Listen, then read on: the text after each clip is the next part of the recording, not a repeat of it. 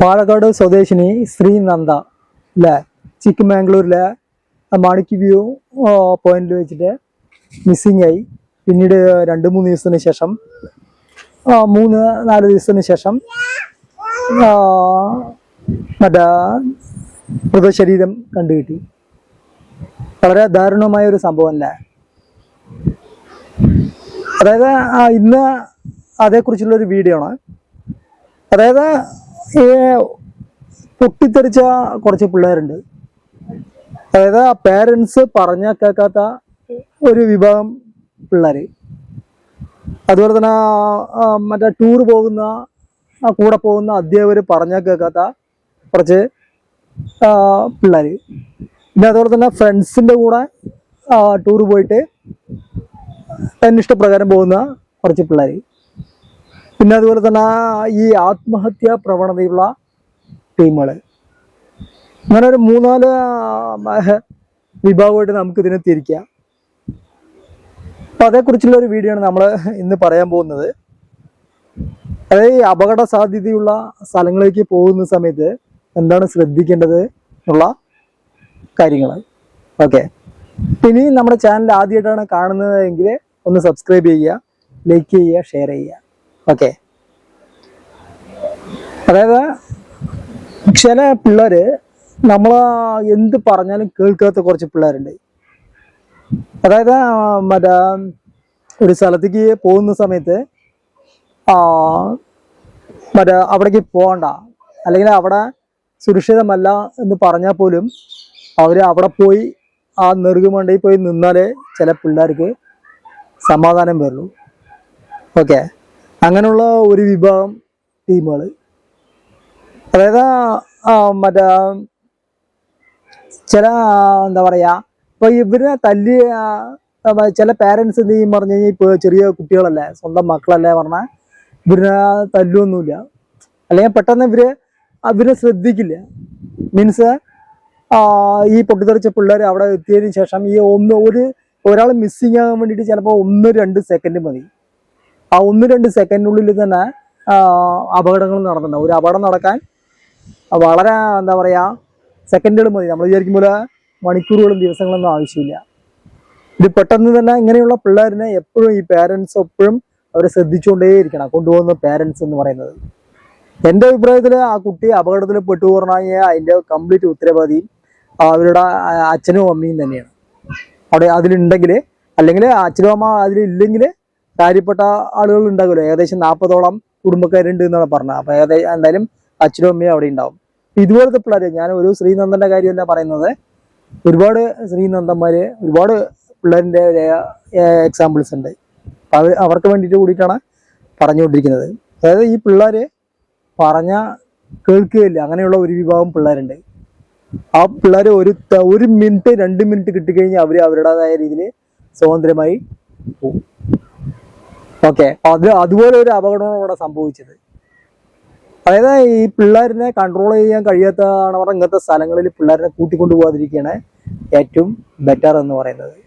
Okay, അതായത് ചില സമയത്ത് ഈ പാരൻസ് എന്ന് പറയുന്നത് അവിടെ നിന്ന് തല്ലൊന്നുമില്ല. ചിലപ്പോൾ വേണ്ടി വന്നു കഴിഞ്ഞാൽ ചിലപ്പോൾ ഈ 2 പാരൻസിൽ ഒരാൾക്ക് തല്ലണമെന്നുണ്ടാവും. ചിലപ്പോൾ മറ്റേ ഒരു ഭാര്യയ്ക്ക് ഭർത്താവിനോ ഒരാൾക്ക് വളരെ സോഫ്റ്റ് കോർണർ ആയിരിക്കും. അവർ കൊഞ്ചിച്ച് പിന്നെ ആ ടൂർ കുളവാകണ്ടെന്ന് പറഞ്ഞിട്ടൊക്കെ ആയിരിക്കും പിന്നീട് അവരെ അവിടെ ശാസിക്കാതിരിക്കുന്നത്. പക്ഷെ ഈ പിള്ളേർ ആ ഒരു അവസരം മുതലാക്കിയിട്ട് പെട്ടെന്ന് മിസ്സിങ് ആവും. പിന്നെ ഈ സഹപ്രവർത്തകരായ കുട്ടികളെന്ന് പറയുന്ന ആ ഗ്യാങ് എന്ന് പറയുന്നത്, അവർ ചിലപ്പോൾ ഇങ്ങനെ അപകടം നടന്നു കഴിഞ്ഞ വഴി പേരൻസ് പേടിക്കുമല്ലോ, അല്ലെങ്കിൽ ഞങ്ങളെ പെടുമല്ലോ എന്ന് പറഞ്ഞിട്ട് ചിലപ്പോൾ ഈ സാധനം മൂടി വയ്ക്കും, പറയുകയില്ല. എത്ര ചോദ്യം ചെയ്താലും പറയില്ല. എന്നാൽ പേടിച്ചിട്ടാണ് അവർ പറയാതിരിക്കുന്നത്. അപ്പം അങ്ങനെയുള്ള കൂട്ടർ നമ്മൾ എല്ലാ വർഷവും ഈ പിള്ളേരെയും കൊണ്ട് ടൂർ പോകാറുണ്ട്. ഈ പൊട്ടിത്തെറിച്ച പിള്ളേരെയും കൊണ്ടാണ് പോവാറ് എല്ലാ വർഷവും. ഇതിനെക്കുറിച്ച് എനിക്ക് നല്ല ബോധമുണ്ട്. അതുകൊണ്ടാണ് ഈ വീഡിയോ ചെയ്യുന്നത് തന്നെ. ഓക്കെ, മിക്കവാറും നമ്മളെ ഈ പൊട്ടിത്തെറിച്ച പിള്ളേരുടെ അവരെ നോക്കാൻ അധ്യാപകരിൽ ചിലപ്പോൾ നമ്മളായിരിക്കും വിട്ടിട്ടുണ്ടാകുക. മിക്കവാറും പൊട്ടിത്തെറിച്ച പിള്ളേരിൻ്റെ അവർ നമ്മൾ പറഞ്ഞാലേ കേൾക്കുള്ളൂ. നല്ല വേണ്ടി വന്നു കഴിഞ്ഞാൽ നല്ല രീതിയിൽ പൊട്ടിക്കേണ്ടി വരുമോ അവിടെ നിന്നിട്ടിട്ട്. അവിടെ നിന്നും നമ്മള് ഒരു പിള്ളേരെ കൊണ്ട് ഈ അയ്യഭാവം കാണിക്കേണ്ട കാര്യമില്ല. ഓക്കെ. അതായത് ഈ മറ്റേ ഈ അഗാധമായ വെള്ളച്ചാട്ടങ്ങള് അല്ലെങ്കിൽ അഗാധമായ കൊക്കകള്, അതുപോലെ തന്നെ വളരെ തുറസായ വനങ്ങള്, ഇങ്ങനെയൊക്കെ പോകുന്ന സമയത്ത് നിങ്ങൾ ശ്രദ്ധിച്ചിട്ടുണ്ടാവും, ഓട്ടോമാറ്റിക്കായിട്ട് ഈ പ്രകൃതി എന്ന് പറയുന്നത്, പ്രകൃതിയുടെ ഒരു കാന്തശക്തി ഉണ്ട്. ഓട്ടോമാറ്റിക്കായിട്ട് നമ്മൾ അതിൽ ഇങ്ങനെ ആകർഷിച്ചുകൊണ്ടേയിരിക്കും. നമ്മളറിയാതെ തന്നെ അതിലേക്ക് ഇങ്ങനെ ഒരു കാന്തവലയം പോലെ നമ്മൾ ഈ ദൂരെ നിന്നുള്ള വെള്ളച്ചാട്ടത്തിന്റെ ചോട്ടിക്ക് നോക്കുന്ന സമയത്ത്, അതുപോലെ തന്നെ മറ്റ് അഗാധമായ കൊക്കകള്, വലിയ കൊക്കകള്, ഈ സൂയിസൈഡ് പോയിന്റ് പോലുള്ള സ്ഥലങ്ങളിലേക്ക് പോകുന്ന സമയത്ത് ഓട്ടോമാറ്റിക്കായിട്ട് നമ്മൾ ആ പ്രകൃതിയുടെ ഭംഗിയും എല്ലാം കൊണ്ട് നമ്മളെ ഓട്ടോമാറ്റിക്കായിട്ട് ആ പ്രകൃതി മാടി വിളിക്കുന്ന പോലെ ഉണ്ടാവും. അപ്പൊ ഏകദേശം ഈ പൊട്ടിത്തെറിച്ച പിള്ളേർ അവിടെ എത്തിക്കഴിഞ്ഞു കഴിഞ്ഞാൽ, ഇപ്പോൾ ജസ്റ്റ് ഒരു ആത്മഹത്യ പ്രേരണയുള്ള പിള്ളേരാണെന്ന് വിചാരിക്കും, ഓട്ടോമാറ്റിക്കായിട്ട് ചിലപ്പോൾ ആ പിള്ളേർ വീട്ടിലെ പ്രശ്നങ്ങളും എല്ലാം എങ്ങനെയും ചിലപ്പോൾ ചാകണം എന്നൊക്കെ വിചാരിച്ച് നടക്കുന്ന ടീം ഉണ്ട് എന്ന് വിചാരിച്ചു കഴിഞ്ഞാൽ അവർ ഓട്ടോമാറ്റിക്കായിട്ട് ആ പ്രകൃതിയുടെ ആ ഒരു കാന്തവലയും കൂടി ഉണ്ടല്ലോ, അതും ആ ഭംഗിയെല്ലാം കൂടി ചേർന്ന് കുറച്ച് മൈൻഡ് തിരിയാണ് മാറിക്കഴിഞ്ഞ് കഴിഞ്ഞാൽ ചിലപ്പോൾ അവരെടുത്ത് അതിലേക്ക് ചാടുകയും ചെയ്യും. ഇപ്പോൾ ഞാൻ കോളേജിൽ പഠിക്കുന്ന സമയത്ത് ഇതുപോലെ ഒരു അനുഭവം ഉണ്ടായിരുന്നു. ഞങ്ങളുടെ കൂടെ ഒരു ഒരുത്തം പഠിച്ചിട്ടുണ്ടായിരുന്നു. അവന് വേറെ പ്രശ്നങ്ങളൊന്നും ഉണ്ടായിരുന്നില്ല. മറ്റേ ഇതുപോലെ ഊട്ടിക്ക് പോയ സമയത്ത് ഊട്ടിയിലെ സൂയിസൈഡ് പോയിന്റിൽ ആള് ഞങ്ങളുടെ കൂടെ അത്ര നേരം വളരെ രസകരമായി നിന്നാണ്.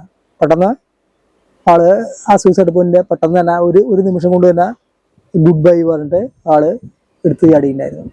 അപ്പം അങ്ങനെയുള്ള കുറച്ച് ടീമുകൾ ഈ പിള്ളേരെയും കൊണ്ട് പോകുന്ന സമയത്ത് ഓട്ടോമാറ്റിക്കായിട്ട് ഇപ്പം പറഞ്ഞ പോലെ ഈ പാരൻസ് അല്ലെങ്കിൽ ആ കാര്യപ്പെട്ട ആളുകൾ പറഞ്ഞാൽ അവരുടെ സുരക്ഷാ വലയത്തിൽ നിന്ന് ഈ പിള്ളേരിനെ പോകണ്ടെന്ന് പറഞ്ഞു കഴിഞ്ഞാൽ പോകാൻ സമ്മതിക്കാനേ പാടില്ല.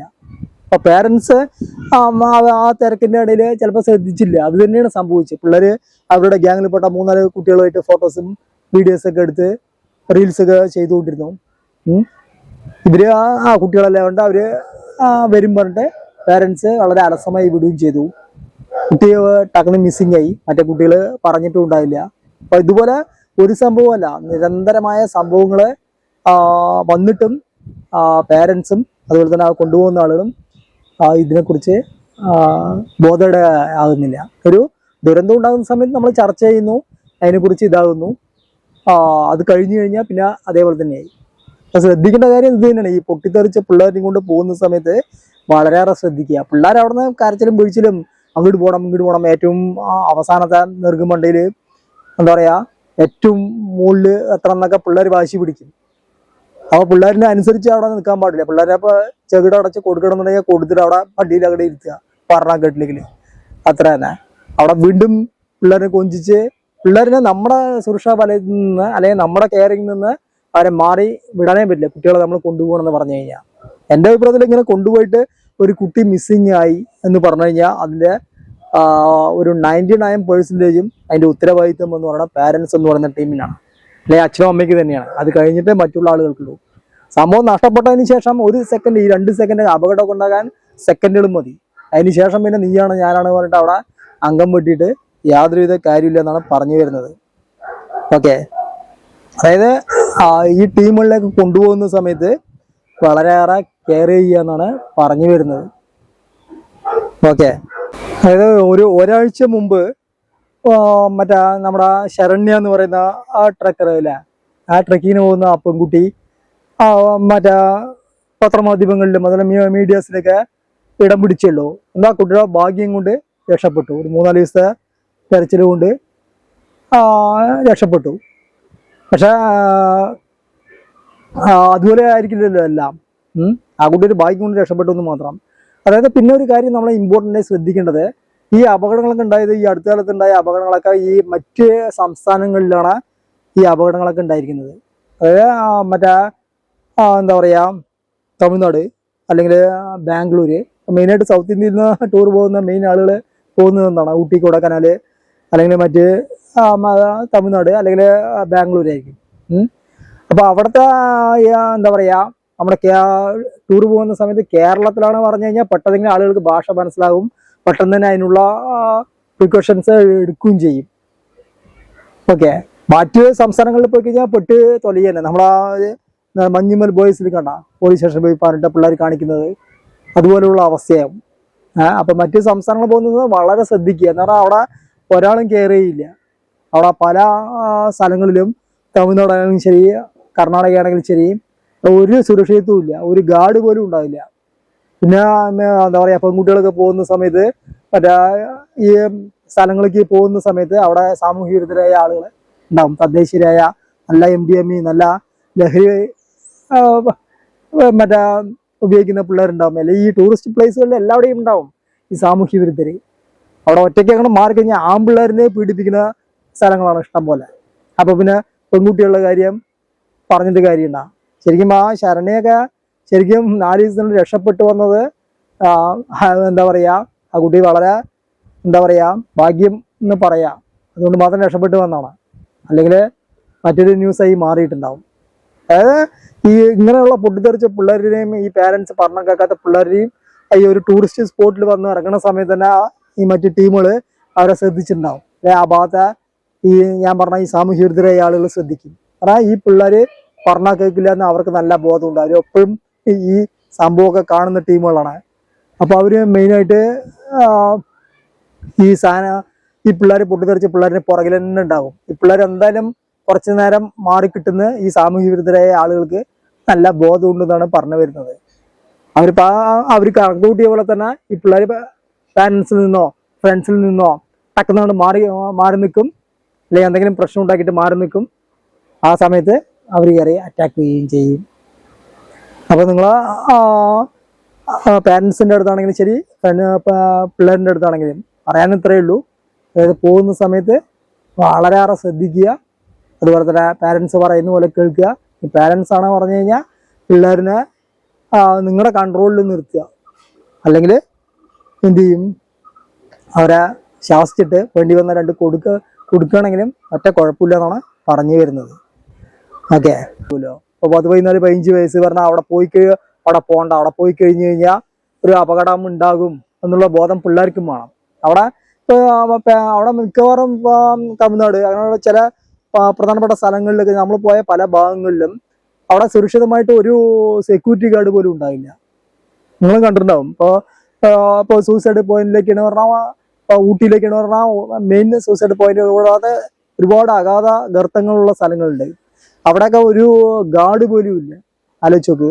പക്ഷെ ഗവൺമെന്റ് ജസ്റ്റ് ഒന്ന് എഴുതി വെച്ചിട്ടുണ്ട്. അതായത് ഗേറ്റിൽ ഇങ്ങനെ അങ്ങോട്ട് പോകരുത്, അങ്ങനെ മുന്നറിയിപ്പുകൾ തന്നിട്ടേ ഉണ്ട്. അപ്പൊ അതും വകവെക്കാതെ ഇപ്പോൾ ഇന്ന സ്ഥലം വരെ അല്ല ഇന്ന ബോർഡർ വരെ പോകാൻ പറ്റുള്ളൂ എന്ന് അവിടെ മിക്കവാറും ഈ ടൂറിസ്റ്റ് പ്ലേസുകളിലൊക്കെ എഴുതി വെച്ചിട്ടുണ്ടാവും. പക്ഷെ ചില പിള്ളേർക്ക് അത് കഴിഞ്ഞിട്ട് പോകാനാണ് താല്പര്യം. അതിനെ മുതിർന്ന ആളുകൾ എന്ത് ചെയ്യും, അതിനെ പ്രോത്സാഹിപ്പിക്കുകയും ചെയ്യും. അങ്ങനെയുള്ളൊരു പ്രവണത. അപ്പോൾ സ്ട്രിക്റ്റ് ആയിട്ട് എന്ത് ചെയ്യുക, ഏത് ടൂറിസ്റ്റ് പ്ലേസ് ആണെങ്കിലും ഇവിടം വരെ പോകാൻ പാടുള്ളൂ എന്ന് അവിടെ എഴുതി വെച്ചിട്ടുണ്ടെങ്കിൽ അവിടം വരെ പോയാൽ മതി. അപ്പൊ അതിന്റെ അപ്പുറവും പോയിട്ട് അങ്ങോട്ട് പോകണം എന്നുള്ള എന്തിനാ വാശി പിടിക്കുന്നത്? അത് കേൾക്കാത്ത പിള്ളേരിനെ എന്താ പറയാ, അവനെ സ്ട്രിക്റ്റ് ആയിട്ട് 2 പൊട്ടിക്കേണ്ടി വന്നു കഴിഞ്ഞാൽ പൊട്ടിച്ചിട്ട് അവരെ കൊണ്ടുപോയിട്ട് അവിടെ തന്നെ നിർത്തി കഴിഞ്ഞു കഴിഞ്ഞാൽ നിങ്ങൾക്ക് അടുത്തൊരു ദുരന്തം ഇല്ലാതെ നോക്കാന്നാണ് പറഞ്ഞു വരുന്നത്. ഓക്കെ. അതായത് കൊണ്ടുപോകുന്ന കുട്ടികളെയും ഇത് കൺക്ലൂഷൻ എത്രേ പറയുന്നുള്ളൂ. അതായത് കൊണ്ടുപോകുന്ന അതിലൊരു ദുരന്തം ഉണ്ടായി കഴിഞ്ഞു കഴിഞ്ഞാൽ അതിൻ്റെ 99% ഉത്തരവാദിത്വം എന്ന് പറയുന്നത് പാരൻസിന് തന്നെയാണ്. അല്ലാതെ കുട്ടികളെയൊന്നും പറഞ്ഞിട്ട് യാതൊരു ചെയ്ത കാര്യമില്ല. അപ്പൊ വലിയ ആളുകളെ എന്താ പറയുക, കുട്ടികളെ പരവണം. അപ്പൊ നമ്മൾ പല വീഡിയോസുകളിൽ കണ്ടിട്ടുണ്ടാകില്ല. അതായത് മുതിർന്ന ടീമുകള് പോയിട്ട് ഓരോ ടൂറിസ്റ്റ് പ്ലേസിലേക്ക് ഒന്നാമത് ഈ കടലിൽ പോകുന്ന സമയത്ത്, അതായത് നമ്മൾ ഒരുപാട് വീഡിയോസ് ഇപ്പൊ കഴിഞ്ഞ ഇതിലൊക്കെ നമ്മൾ ഒരുപാട് വൈറലായ വീഡിയോസ് കണ്ടിട്ടുണ്ടാകും. അതായത് ഒരു വലിയ മറ്റേ തിരമാലകൾ വരുന്ന വളരെ ഡേഞ്ചറസ് ആയ ഒരു സ്ഥലത്ത് പോയി ഇരുന്നിട്ട് ഫോട്ടോ എടുക്കലും മറ്റേ സെൽഫി എടുക്കലും എല്ലാം കൂടി വളരെ ഇതായിട്ട് നിൽക്കുക. പിന്നെ അടുത്തൊരു തിരമാലയിൽ ഫോട്ടോഷൂട്ട് ചെയ്ത 2 പൂവും ചെയ്തു. ഇതുപോലെ ഇഷ്ടംപോലെ സംഭവങ്ങൾ. നമ്മുടെ കുട്ടിക്കാലത്ത് ഒരു പയ്യനുണ്ടായിരുന്നു, നന്ദകുമാർ നന്ദോണ അവൻ്റെ പേര്. ആള് ഇതുപോലെ അന്ന് ക്യാമറയാണല്ലോ, വീഡിയോ ഉണ്ടായില്ല, മൊബൈൽ ഫോണൊന്നും ഉണ്ടായിരുന്നില്ലല്ലോ. മറ്റേ ക്യാമറയിൽ നിന്ന് ബാക്കിൽ നിന്ന് ആള് ഇതുപോലെ കടലിൽ പെട്ടിട്ട് മരിച്ചിട്ടുണ്ടായിരുന്നു. ആ ഒരൊറ്റ മകൻ. അപ്പൊ ഇങ്ങനെയുള്ള ഇഷ്ടംപോലെ ദുരന്തങ്ങൾ പിന്നീട് എത്തിയതിനു ശേഷം, സംഭവിച്ചതിന് ശേഷം പിന്നീട് പറഞ്ഞിട്ട് കാര്യമില്ല എന്നാണ് പറഞ്ഞു വരുന്നത്. ഓക്കെ, അപ്പോൾ ഈ വീഡിയോ നമ്മൾ ഇവിടെ വെച്ച് അവസാനിപ്പിക്കണം. അപ്പോൾ ഇനിയും നമ്മുടെ ചാനൽ സബ്സ്ക്രൈബ് ചെയ്തിട്ട് സബ്സ്ക്രൈബ് ചെയ്യുക, ലൈക്ക് ചെയ്യുക, ഷെയർ ചെയ്യുക. ഓക്കെ, നമുക്ക് അടുത്ത നല്ലൊരു വീഡിയോയുമായി എത്രയും പെട്ടെന്ന് കാണാം എന്ന് പറഞ്ഞുകൊണ്ട് ഈ വീഡിയോ അവസാനിപ്പിക്കും.